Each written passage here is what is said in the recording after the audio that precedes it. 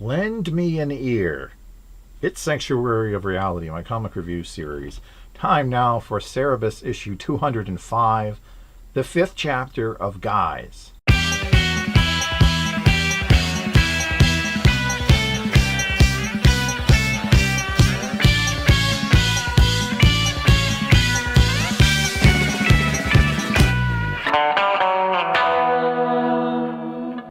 Cerebus, discovering he's lost both his ears now, screams in a rage, shattering the mirror.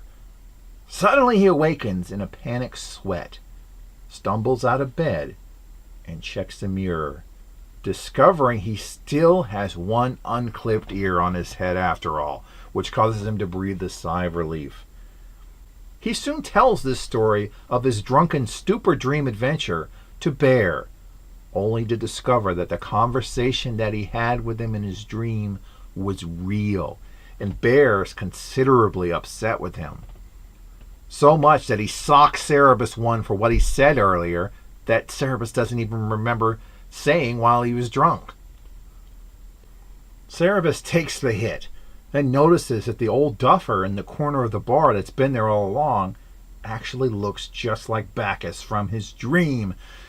Suddenly, Alec McQuarrie appears and chastises the Bacchus look-alike, who is revealed to actually be his mother, who was supposed to be taking care of Alex's kids this whole time and has instead been hanging around the bar. Alec takes his mother home, leaving Cerebus and the bartender Harrison Starkey quite stunned by this revelation.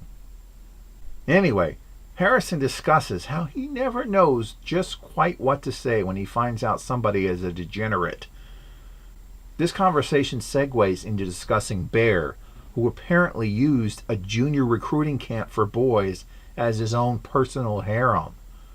Cerebus is enraged. Who claims such a thing about his friend? Harrison reveals it was Cerebus himself, while drunk, that made such allegations, in front of at least 8 bar patrons the night before. This makes Cerebus feel about 6 inches tall, and thanks to his magnifier effect, it becomes a reality, as Harrison reminds him of what a terrible thing he did to someone that he calls a pal. Cerebus realizes he has to make a major change. He's going to quit drinking, but he's made such claims before. Does he really mean it this time for reals?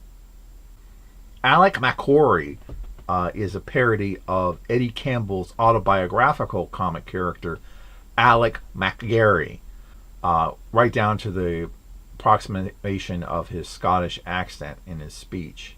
Eddie Campbell, as I mentioned before, is the collaborator with Alan Moore on From Hell, and he did a series called Bacchus, the character of which the grandmother there makes her final appearance here. But Alec will be back later on in Guys. This issue concludes the whole weirdness of the last 2, and things get back to normal. We get back to the sociology of male friendships, with Harrison's discussion about Cerebus' drunken claims have put Bear in an untenable position where nothing he does can disprove those claims. Guys is my favorite Cerebus story for a lot of reasons, from its humor to its art craft, but it actually tackles a lot of interesting themes that I don't see too often in comics, especially today.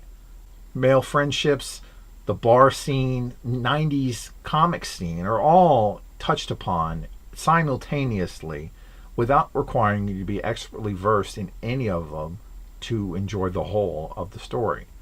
Next time, what grotesque horror lies beneath Cerebus' eye patch?